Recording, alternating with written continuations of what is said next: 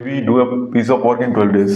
এখানে এবি করছে 12 দিনে, বিসি করছে 15 দিনে, আর সিএ করছে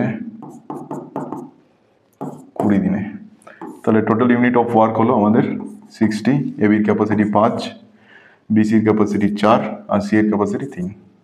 তাহলে এখান থেকে এবিসি বের করে ফেলি, এ প্লাস বি প্লাস সি। এখানে আগের অঙ্কটার মতন দুটো এ দুটো বি দুটো সি আছে, তাদের ভ্যালু হলো 12। তাহলে একটা এবিসির ভ্যালু হলো 6। তাহলে পুরো ইউনিট কাজটা করতে লাগবে এদের 10, কিন্তু আমাদের অঙ্কে দিয়েছে কি এ অ্যালোন। তাহলে এই এবিসি থেকে যদি আমি বিসি বাদ দিয়ে দিই তাহলে এর ক্যাপাসিটি পেয়ে যাবো।